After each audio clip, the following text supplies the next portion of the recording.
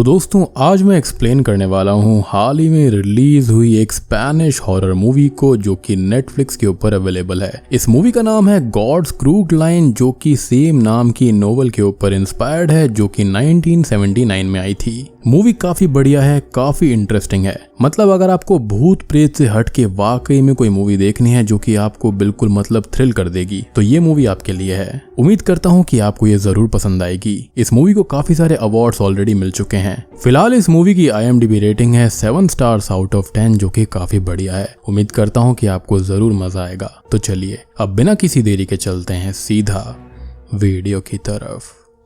Movie की शुरुआत होती है 1979 में जहां पर स्टार्टिंग में हम देखते हैं एक लेडी एलिस को जिसे एक आदमी एक मेंटल असाइलम के बाहर छोड़ देता है और ये बोलकर चला जाता है कि उसे अंदर अकेले जाना होगा, अदरवाइज लोग उसे वहां पर पहचान लेंगे। मींस वो आदमी कोई रेप्यूटेड या फिर बड़ा पर्सन था जिसके बारे में हम थोड़ी देर में जान पाएंगे। अब एलिस अंदर जाती है जहाँ पर एक डॉक्टर उसकी रिपोर्ट्स को देखते हुए उसे चेक करता है, लेकिन साथ ही साथ वहाँ पर एक डॉक्टर डोनाडियो का लेटर भी था जो कि यहाँ के डायरेक्टर सैमुअल अल्वर के नाम पर था जो कि फिलहाल बाहर गए हुए थे। अब वो डॉक्टर उस लेटर को पढ़ते हैं जिसके अंदर उन्होंने ये लिखा था कि ये लेडी यानी कि एलिस एक मेंटल पेशेंट है जो कि दिमाग से काफी इंटेलिजेंट है और ये हर एक बात झूठ बोलती है और पकड़े जाने पर उस बात को भी इजीली घुमा देती है और ऐसा रीजन देती है कि उसने झूठ क्यों बोला था। यानी कि वो कब सच बोलती है कब झूठ बोलती है इसको पकड़ पाना काफी मुश्किल है और उसकी इंटेलिजेंस के सामने कोई भी हल्के दिमाग वाला आदमी इजीली फंस जाएगा। और ये सब लेटर में पढ़कर डॉक्टर को ये भी रियलाइज होता है कि यहाँ पर एलिस नॉर्मल पेशेंट से काफी अलग है। अब डॉक्टर थियो उसको एग्जामिन करते हैं और उससे थोड़े बहुत सवाल पूछते हुए ये बताते हैं कि उसने अपने हस्बैंड को जहर देकर मारने की कोशिश करी है, वो भी 3 बार, जिसका उसे पता चल गया और उसने उसे डॉक्टर डोनाडियो को दिखाया और फिर उसे यहाँ पर लाया गया क्योंकि वो मेंटली इल है। वो अब अपने बारे में बताती है कि वो केमिस्ट्री में डिग्री ले चुकी है, लेकिन ये इल्जाम कि उसने पॉइजन बनाया अपने हस्बैंड को मारने के लिए ये सही नहीं है क्योंकि वो अलग डिपार्टमेंट में थी। साथ ही साथ उसने अभी तक अपने हस्बैंड से प्यार ही किया था, लेकिन वो सिर्फ उसकी दौलत से प्यार करता था। उसके पैसों को वो जुए में और पोलो में उड़ा दिया करता और वो काफी बोरिंग टाइप का आदमी था जिससे उनका रिश्ता एकदम ठंडा हो गया था। और वो ज्यादा पढ़ा लिखा भी नहीं है जिसके अंदर कोई अच्छी क्वालिफिकेशन हो। और उसकी ये सब बातों को सुनकर डॉक्टर भी अपनी रिपोर्ट बनाता है कि वो काफी ज्यादा एरोगेंट है और अपने हस्बैंड को हेट करती है। वो आगे बोलती है कि उसने कोई भी गुनाह नहीं किया है क्योंकि उसे कोर्ट नहीं ले जाया गया और सीधा मेंटल असाइलम भेज दिया गया है और ये उसका एक तरह से एब्डक्शन है, एक लीगल किडनैप है और वो यहाँ से जाना चाहती है। कुछ ही देर के बाद में डॉक्टर मॉन्ट से वहाँ पर आती हैं जो कि फैसिलिटी इंचार्ज हैं और वो उसे असाइलम के बारे में बताती हैं कि यहाँ पर डायरेक्टर एल्वर ने काफी कुछ नए रूल्स बनाए हैं। पेशेंट्स को यहाँ खुले में घूमने का मौका दिया जाता है लेकिन वो बस बाउंड्री से बाहर नहीं जा सकते और उनका तरीका अलग है पेशेंट्स को डील करने का। और दिन भर घूमने के बाद या फिर उनकी ग्रोथ हेल्प के लिए बनाई गई वर्कशॉप में काम करने के बाद रात को वो लोग अपने सेल्स में जाते हैं जो कि सुबह तक के लिए बंद रहती हैं। यानी कि ये नॉर्मल असाइलम से काफी ज्यादा बढ़िया था। अब डॉक्टर मॉन्ट से उसका सामान जमा करवा देती हैं। सेल के अंदर कोई भी अपनी पर्सनल बिलोंगिंग्स को नहीं ले जा सकता था और वो एक किताब ले जाने का बोलती है जिसके लिए मॉन्ट से एग्री करती है। और उसे अभी तक यहाँ पर ये फील नहीं हो रहा था कि एलिस एक मेंटल पेशेंट है क्योंकि यहाँ पर वो हो भी सकती है या फिर नहीं हो सकती। अब एलिस को उसके रूम में छोड़कर वो चली जाती है और अब असली कहानी शुरू होती है। तो असल में हुआ ये कि 1978 यानी कि 1 साल पहले यहाँ की एक पेशेंट की डेथ हो गई थी जिसके फादर हैं डेल ओल्मो और उन्होंने ही यहाँ पर भेजा है एलिस को इन्वेस्टिगेशन करने के लिए क्योंकि वो एक प्राइवेट डिटेक्टिव है और ये बात उसने डॉक्टर को भी बताई थी। अब उस पेशेंट के फादर को ये लगता था कि उसके बेटे का खून हुआ है और वो पुलिस के पास भी नहीं जा सकते क्योंकि फिर चीजें वो प्रूव नहीं कर पाएंगे, इसलिए उन्होंने एलिस को यहाँ पर भेजा है सच पता लगाने के लिए और उसके बेटे को इंसाफ दिलाने के लिए। और उन्हें कुछ लेटर्स भी मिले थे कि उनके बेटे को उसने नहीं किसी और ने मारा था और जिस इंसान ने शुरुआत में एलिस को असाइलम के बाहर छोड़ा था वो कोई और नहीं बल्कि यही डेल ओल्मो था।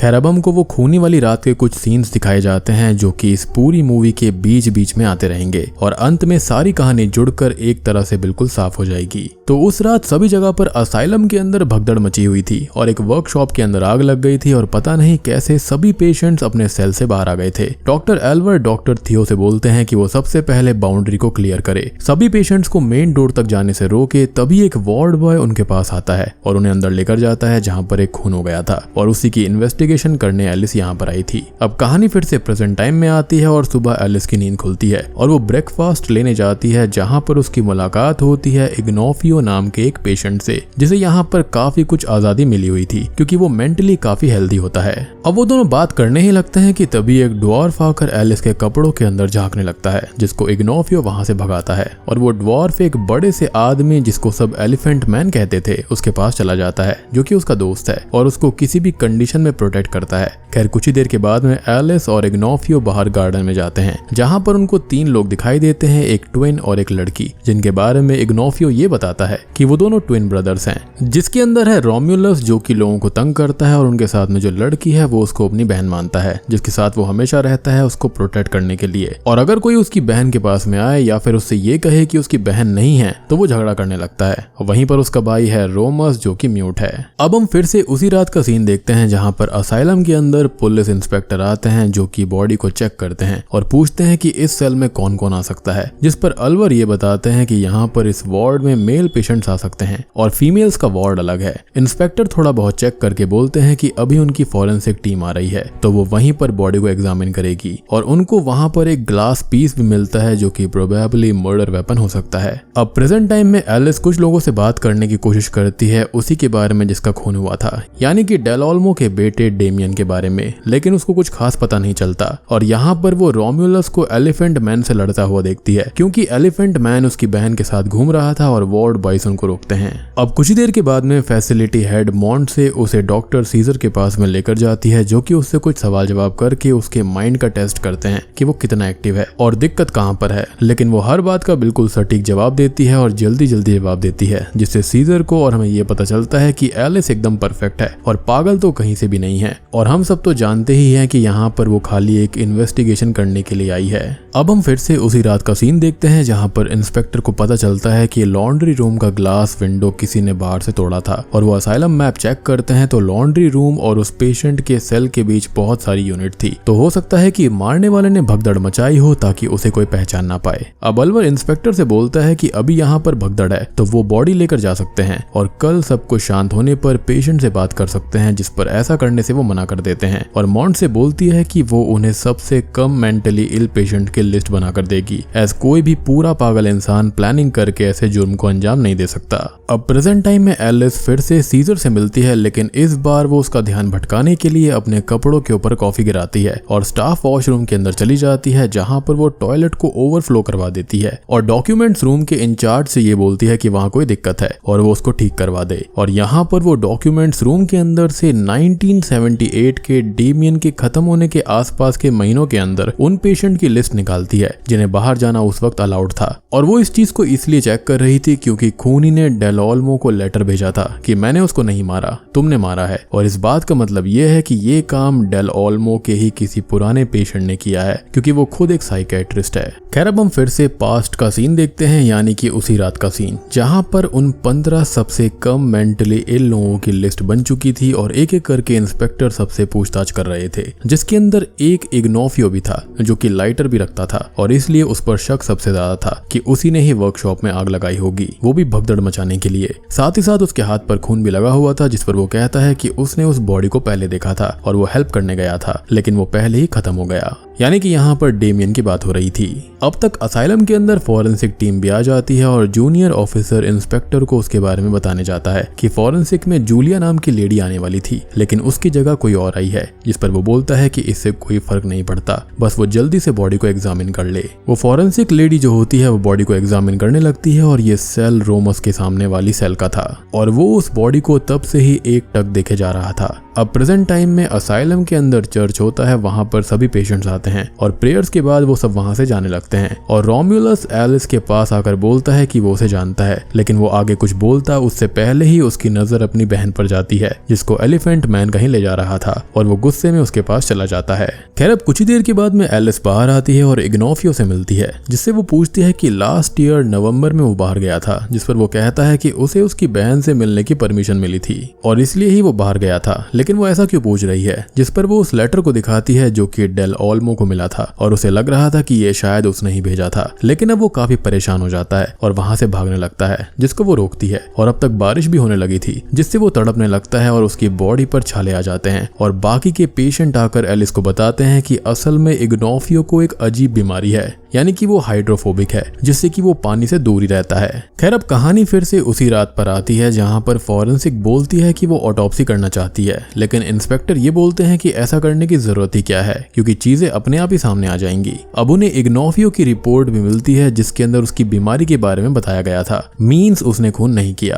क्योंकि वो मर्डर वेपन तक और बारिश में असाइलम से बाहर नहीं जा सकता था, यानी कि उसके ऊपर शक करना बेबुनियाद होता है। खैर इंस्पेक्टर जूनियर ऑफिसर के साथ अब ऑटोप्सी देखने भी जाते हैं, जहां पर वो ये बोलते हैं कि ऑटोप्सी की ही क्यों जा रही है, जिस पर ऑफिसर ये बोलता है कि उसे बॉडी के ऊपर काफी गहरे मार्क्स मिले हैं जो कि काम के हो सकते हैं और कुछ नया पहलू भी सामने आ सकता है। इधर एल्वर को पता चलता है कि एक पेशेंट गायब है और वो ऑर्डर देता है कि कैसे भी करके उस पेशेंट को ढूंढा जाए। अब हम प्रेजेंट में एलिस को देखते हैं जो कि इग्नोफियो के साथ थी और उसे इतना तो पता चल गया था कि उसने किसी को नहीं मारा, तो वो उसे अपना सच बता देती है कि वो एक प्राइवेट डिटेक्टिव है और यहाँ पर डेमियन के बारे में पता करने आई है, क्योंकि रिपोर्ट्स में यह है कि उसने खुद को खत्म किया था, लेकिन उसके फादर और एल्वर को यह लगता है कि उसे किसी ने मारा है और एल्वर उसके प्लान के बारे में जानते हैं और उन्होंने उसे यहाँ पर आने में मदद भी करी है। जिस पर इग्नोफियो बोलता है कि अब ये तो क्लियर है कि उसने डेमियन को नहीं मारा क्योंकि वो उसे जानता भी नहीं था और उसको बस इतना पता है कि उसको हेलुसिनेशंस और आवाजें सुनाई देती थी, जिसकी वजह से उसको शॉक ट्रीटमेंट और इंसुलिन दिया जाता था। और उसका ये कहना था कि उसके सबसे ज्यादा लड़ाई उसी ड्वार्फ यानी कि लुइस से हुआ करती थी और उस रात वो गायब भी हो गया था और अब एलिस को लगता है कि उसने ही डेमियन को मारा होगा और वो लुइस के पास जाने लगती है जो कि अभी फिलहाल जंगल में गया हुआ था और वहीं पर जाकर वो अक्सर छुप जाया करता था। इधर हम फिर से उसी रात को देखते हैं जहां पर एल्वर और इंस्पेक्टर आपस में बात कर रहे थे,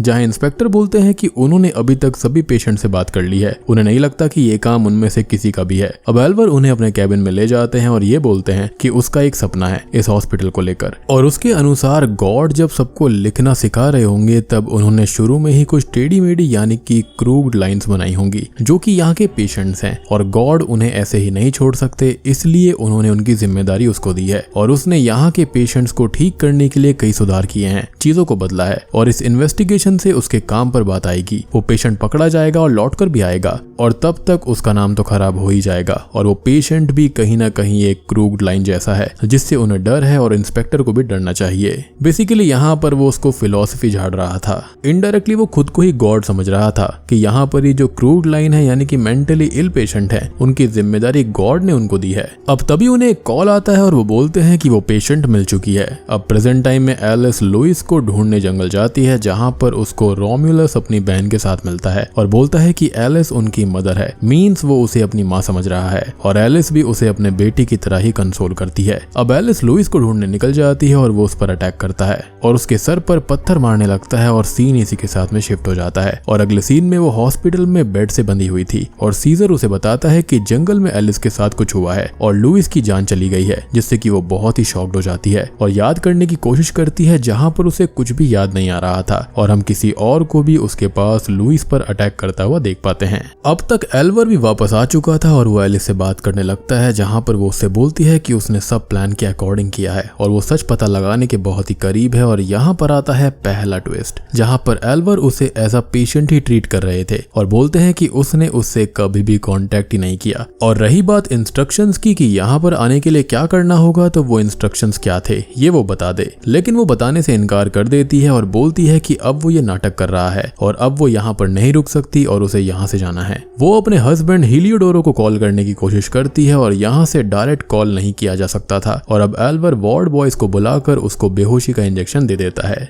यानी कि जो यहाँ पर इन्वेस्टिगेशन करने आई थी अब वो खुद ही एक इन्वेस्टिगेशन का मुद्दा बन गई थी। और अब यहाँ पर तो मेरा भी सर घूम रहा है कि यहाँ पर वो वाकई में पेशेंट है या सच में इन्वेस्टिगेशन करने आई है, क्योंकि लेटर के अकॉर्डिंग वो बहुत ही खतरनाक और चालाक पेशेंट है, लेकिन उसके अकॉर्डिंग वो यहाँ पर एक इन्वेस्टिगेशन के चलते आई है। तो आपको क्या लगता है? अभी की अभी कमेंट सेक्शन के अंदर बता दो, कोई चीटिंग नहीं करनी है। खैर अब 3 दिन की बेहोशी के बाद उसे एक स्पेशल वार्ड में होश आता है जहां पर उसको रखा गया था और मॉन्ड से उसके पास में आती है और उसे उसके रूम से डेमियन की रिपोर्ट, पेपर कटिंग और बाकी चीजें मिलती हैं और वो बोलती है कि ये सब क्या है, जिस पर वो जवाब देती है कि वो एक प्राइवेट डिटेक्टिव है और यहाँ पर कुछ पता लगाने आई थी और उसे यहाँ से बाहर जाना है। साथ ही साथ वो मेडिकल बेंच को वजह भी देगी उसे यहाँ से वापस भेजने के लिए। खैर अगले सीन में वो मेडिकल बेंच के सामने थी जहाँ पर वो सब कुछ सच बताती है कि डेल ओल्मो ने ही उसको यहाँ पर भेजा है उनके बेटे के बारे में पता लगाने के लिए, और उसके बहुत अच्छे दोस्त डॉक्टर एल्वर ने उसे इंस्ट्रक्शंस भी दिए थे इजीली अंदर पहुंचने के लिए।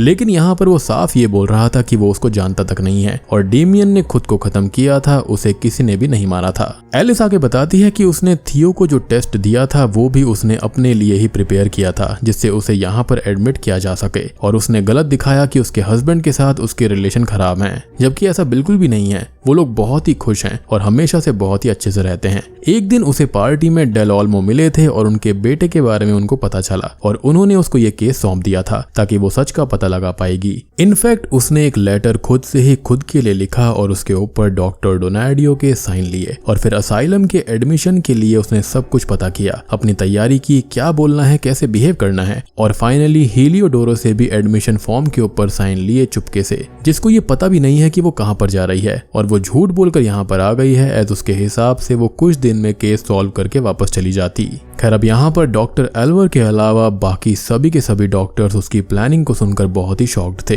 लेकिन एल्वर उसको अभी भी एक पेशेंट ही मान रहा था और वो पूछता भी है कि चलो इन्वेस्टिगेशन ही सही, उसे क्या पता चला, जिस पर वो ये कहती है कि उसे कुछ ठोस नहीं मिला लेकिन जल्दी ही मिल जाएगा, जिस पर एल्वर बोलता है कि नहीं मिलेगा क्योंकि कुछ हुआ ही नहीं था, और वो उससे ये बोलती है कि वो उसको पहचानने से और उसकी मदद करने से इसलिए ही इनकार कर रहा है क्योंकि अब उसका नाम खराब हो जाएगा, जिस पर वो कहता है कि वो यहाँ के डॉक्टर्स को उसके खिलाफ भड़काना बंद करे और वो यहाँ की एक पेशेंट है जिसे इलाज की सख्त जरूरत है, और उसने अपनी ये इन्वेस्टिगेशन की कहानी और डॉक्टर्स को भड़काना बंद नहीं किया तो उसको सख्त ट्रीटमेंट दिया जाएगा, जिस पर वो कहती है कि वो यहाँ पर ज्यादा नहीं रुकेगी और उसका हस्बैंड उसे यहाँ तक ढूंढने जरूर आएगा। अगले दिन में एल्वर बाकी डॉक्टर के साथ में जहाँ पर था वो बोलता है कि एलिस एक डेंजरस पेशेंट है, जिस पर सीजर और मॉन्ट से बोलते हैं कि उन्हें ऐसा नहीं लगता कि वो डेंजरस है और उस पर अभी इलाज शुरू करना सही नहीं होगा, जिस पर एल्वर बोलते हैं कि एक मेंटल पेशेंट ने उनके सबके माइंड को एक तरह से ट्रैप कर दिया है, और अगर वो डॉक्टर डोनाडियो की रिपोर्ट को सच माने तो कहानी साफ होती है कि उसने अपने हस्बैंड को मारने की कोशिश करी थी लेकिन वो पकड़ी गई,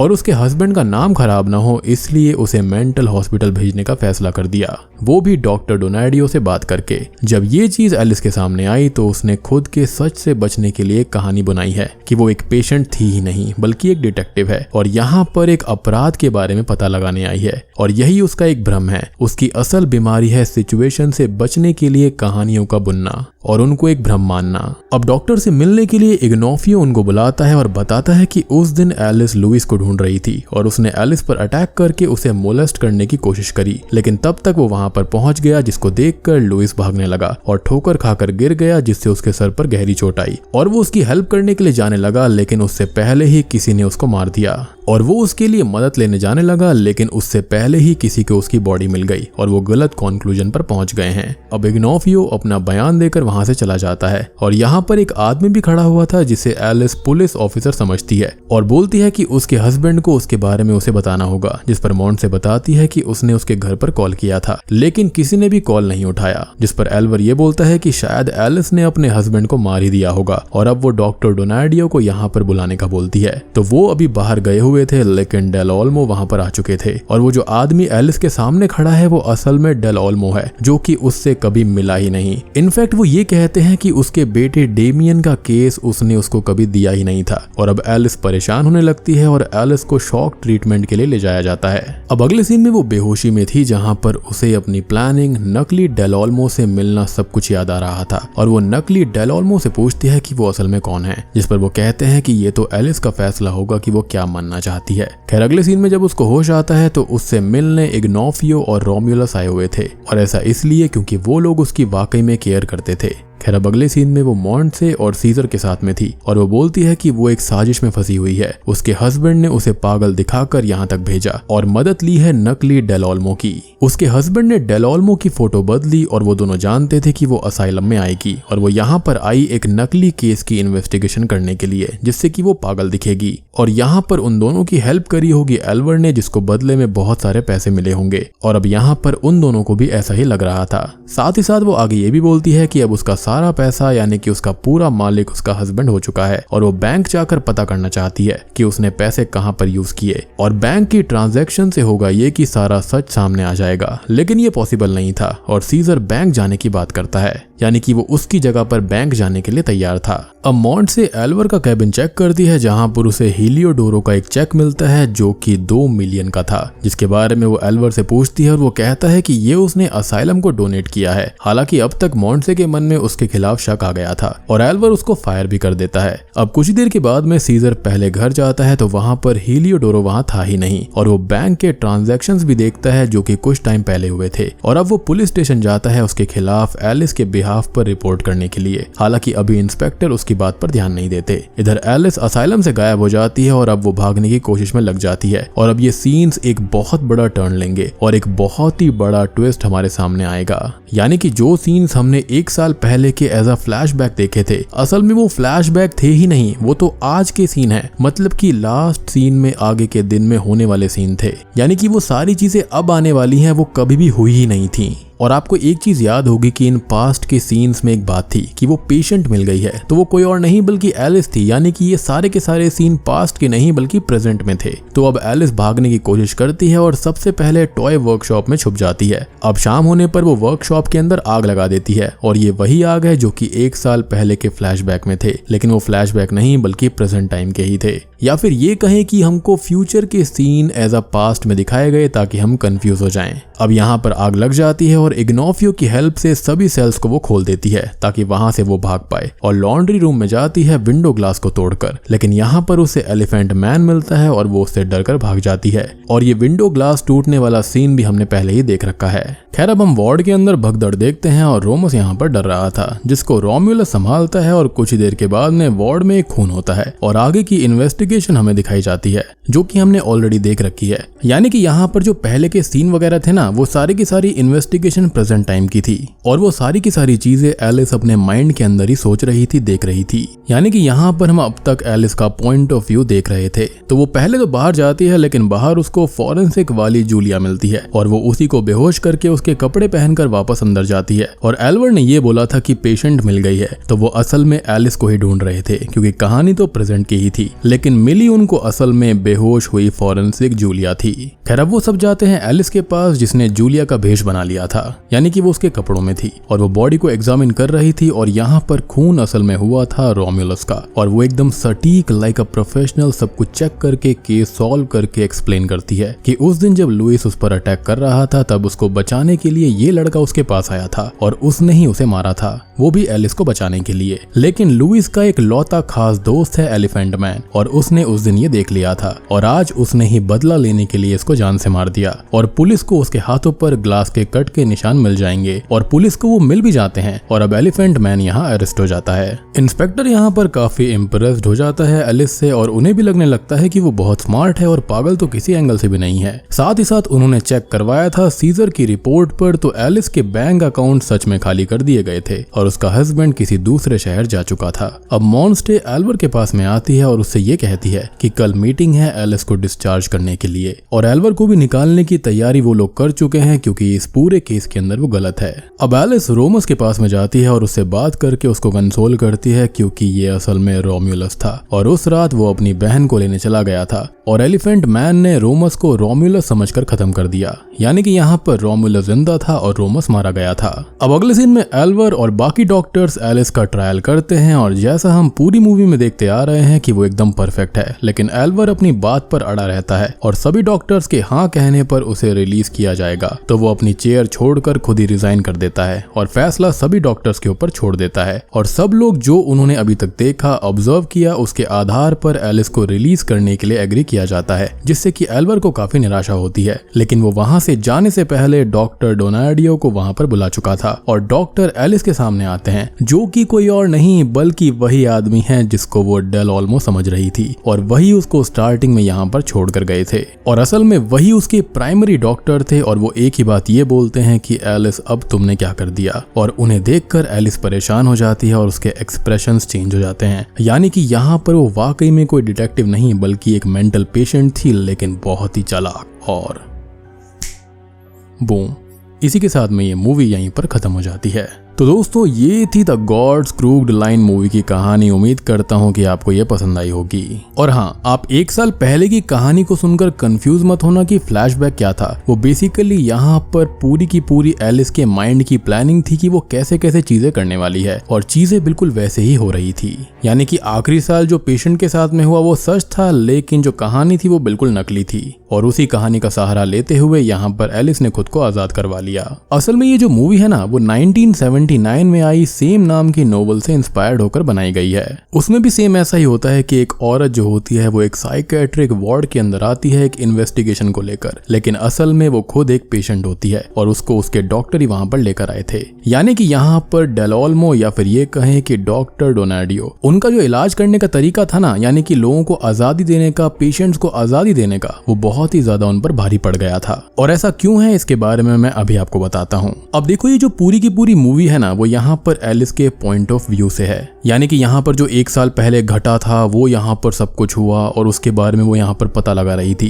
ये सारा का सारा उसका खुद का पॉइंट ऑफ व्यू था, यानी कि वो सारी की सारी कहानी बुन रही थी। तो देखो, यहाँ पर असल में हुआ ये है कि पहली बात तो ये मूवी किसी मिस्ट्री, मर्डर या फिर किसी भी चीज पर नहीं है। ये मूवी एक ऐसी मेंटली इल पेशेंट की कहानी है जो कि पागल होने के बावजूद भी इतनी ज्यादा इंटेलिजेंट है कि वो खुद को पागल मानती ही नहीं है, और वो डॉक्टर्स तक के दिमाग को घुमा देती है। और इस चीज को सिर्फ और सिर्फ डॉक्टर डोनाडियो ही समझते हैं। और आपने मूवी से देखा हुआ कि उसने लगभग सभी डॉक्टर्स को अपनी अंटी में ले लिया था, यानी कि अपनी बातों में ट्रैप करके उनके दिमाग के साथ खेल लिया और खुद को साबित कर लिया और वहां पर रिलीज भी ले लिया। इनफैक्ट वहां के डॉक्टर को रिजाइन तक उसने करने पर मजबूर कर दिया। अब बात करें उसके हस्बैंड के बारे में, तो शायद से उसने वाकई में उसको मार दिया होगा, या फिर उसने पूरा सेटअप तैयार किया और यहाँ पर आई एक नई कहानी के बाद में। लेकिन ये भी हो सकता है कि उसका हस्बैंड उससे सच में बहुत प्यार करता था, और जब वो पागल हो गई तो उसने उसे हॉस्पिटल छोड़कर उसके लिए डोनेशन देकर शहर छोड़ दिया। यानी कि वो $2 मिलियन वाला जो चेक था वो वाकई में सच बात थी कि उसने वहां पर डोनेशन दी थी। और अपनी बीवी की यादों से तंग होकर वो वहां से दूर चला गया, क्योंकि वो जानता था कि उसकी बीवी कभी ठीक नहीं हो सकती थी। इनफैक्ट डॉक्टर डोनाडियो ने भी ये बात कह दी होगी कि वो ठीक नहीं हो सकती, बहुत ही चालाक है, बहुत ही डेंजरस है,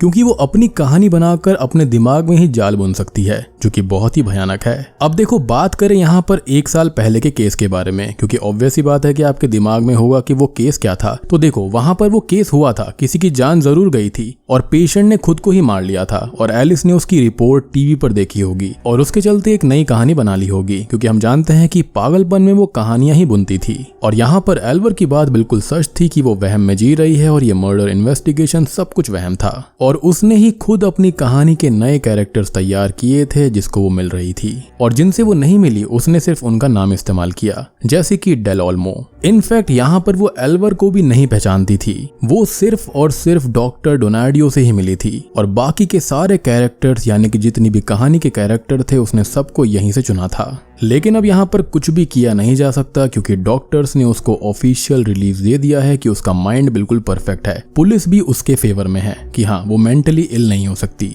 वहाँ की जो फैसिलिटी हेड है वो उसके अंटी में आ गई थी, साथ ही साथ यहाँ पर सीजर भी उस पर यकीन कर रहा था। बात करें बैंक अकाउंट्स के बारे में, तो मुझे लगता है कि उसने सारी चीजें खुद ही करी होंगी। अब आपका ये सोचना होगा कि वो यहाँ पर आई ही क्यों। तो देखो, यहाँ पर उसका इलाज चल रहा होगा और ऑब्वियस ही बात है ऑफिशियली वो रिलीज नहीं ले सकती, कहीं भी शहर छोड़कर नहीं जा सकती। तो वो यहाँ पर एक कहानी के साथ में आई, जिसके चलते उसने एक ऑफिशियल रिलीज यहाँ से ले लिया, और अब वो अपने पागलपन के साथ किसी के साथ भी कमिटेड हो सकती है, कुछ भी कर सकती है। तो दोस्तों, ये थी गॉड्स क्रूक्ड लाइन मूवी की कहानी। उम्मीद करता हूँ कि आपको ये साइकोलॉजिकल थ्रिलर मूवी पसंद आई होगी। साथ ही साथ यहाँ पर थोड़ा सा मिस्ट्री और ड्रामा का भी रोल है। पर्सनली मुझे मूवी काफी अच्छी लगी, एंड मैं जानता हूँ कि आपका भी दिमाग यहाँ पर थोड़ा बहुत जरूर घुमा होगा कि एलिस यहाँ पर मुजरिम है या फिर कोई और। तो वीडियो पसंद आई हो तो लाइक कर देना, चैनल के ऊपर नए हैं तो सब्सक्राइब कर लीजिए। तो मैं आप सबको मिलता हूँ अगली वीडियो के साथ में, तब तक के लिए